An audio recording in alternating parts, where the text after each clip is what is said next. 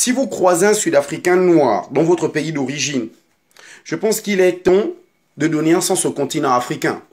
On ne va pas toujours attendre que ça soit la France ou les États-Unis qui viennent régler nos problèmes. On doit faire le gendarme nous-mêmes aussi parfois. On ne va pas toujours rabaisser l'Afrique à ce point. On a eu pitié des Sud-Africains pendant l'apartheid. Ils ont eu de nombreuses années de convalescence, on les a soutenus. Pour ceux qui ne savent pas, le film Sarafina, ça s'est tourné. Ça s'est pas tourné en Afrique du Sud, hein, ça s'est tourné dans un pays frontalier.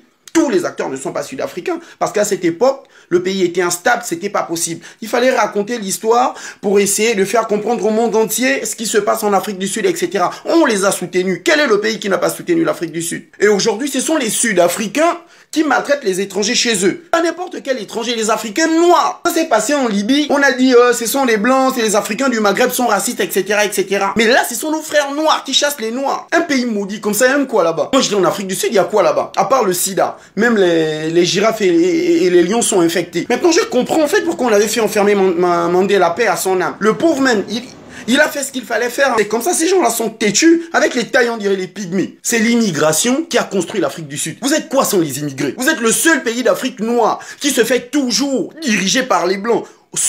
Dans votre propre sol, sur votre propre sol. Ceux-là, vous êtes incapables de les déloger. Moi, j'étais en Afrique du Sud. Il y a des écoles dans lesquelles les Noirs n'arrivent pas, ne mettent pas les pieds, dans lesquelles les Noirs n'apprennent pas. Ceux-là, vous êtes incapables de les déloger. Ce sont vos frères noirs, les Camerounais, les Maliens, les Sénégalais, les Gabonais, etc., que vous maltraitez comme ça, vous.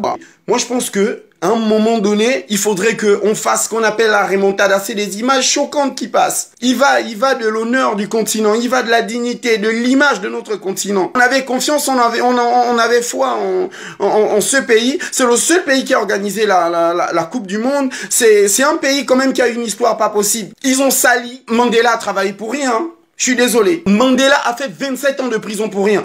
Parce qu'ils ont sali, ils ont foutu la merde. Le travail de Mandela a été fait en vain. Quand on regarde des images comme ça, franchement, on n'a plus de Mandela.